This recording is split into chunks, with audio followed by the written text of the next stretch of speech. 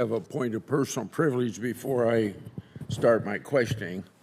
I want you to know that Senator Johnson and I were accused of spreading Russian disinformation for 2.5 years, and everybody now knows that we were not spreading Russian disinformation on an investigation that we were doing. Dr. Pelkey, you were fired from your position at 538. WikiLeaks later revealed an explicit campaign against you.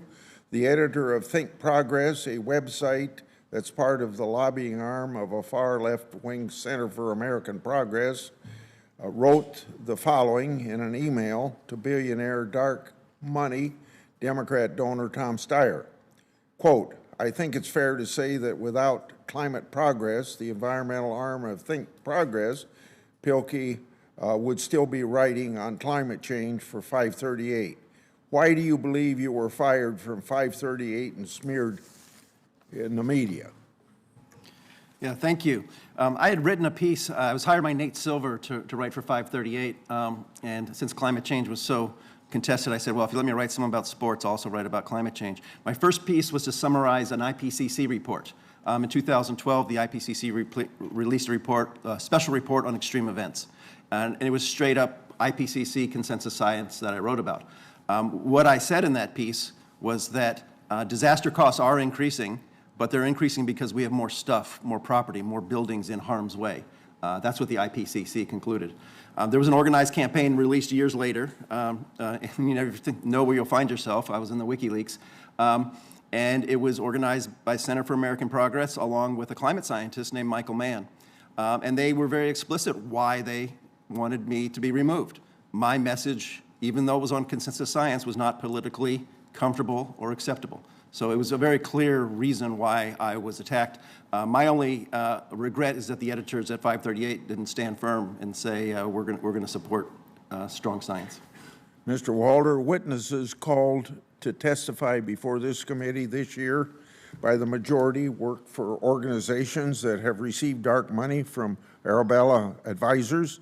The president of the Niskanen Center even admitted on the record to receiving funding from anonymous donors in the past, but in 10 climate hearings, Democrats have never asked a single one of their witnesses about their receipts of dark money, let alone attempted to impugn the integrity or accuse them of conspiracy. Why do you think that is, and how does Arabella Advisors influence Democratic legislators, and why is the Democratic dark money conveniently ignored by the left? Thank you for the question, Senator. I can't explain exactly why your colleagues aren't willing to look at the dark money ties of their own witnesses, because, of course, they're very extensive, and influencewatch.org, our website, would provide lots of information on that. Arabella is a stunningly powerful. It affects the executive branch, it affects regulations, it affects legislation, with, as I said, billions of dollars a year, some of it from foreign donors. Now, one of my favorite examples of this would be that almost the entire Biden regulatory agenda has been shaped by an especially dark bit of Arabella called Governing for Impact. Interestingly, that has ties to a witness that appeared at the last hearing where I had the honor of testifying to Chairman Whitehouse. Are any Democratic witnesses on this panel linked to the web of liberal dark money donations? Yes, just today you have a witness, for instance, who spent years at the group called Crew, which is tied to the dark money of Empire of David Brock and other dark money. You have a witness who's connected to a nonprofit that receives money from the Rockefeller Brothers Fund, which is one of the donors tied up in the Arabella network. Dr. Orzesky, the environmental law firm Scher Edling receives funding by way of the Resource Legal Fund and the Arabella Advisors New Venture Fund from foreign and domestic elites to promote progressive climate policies.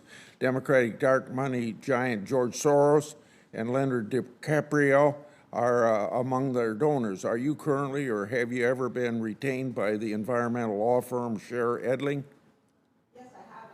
Opportunity to talk about the case that I consulted on, San Mateo versus Chevron, where the people of San Mateo County have sued for redress because of the damages that that county and the state of California is experiencing from sea level rise caused by climate change caused by their product, oil and gas.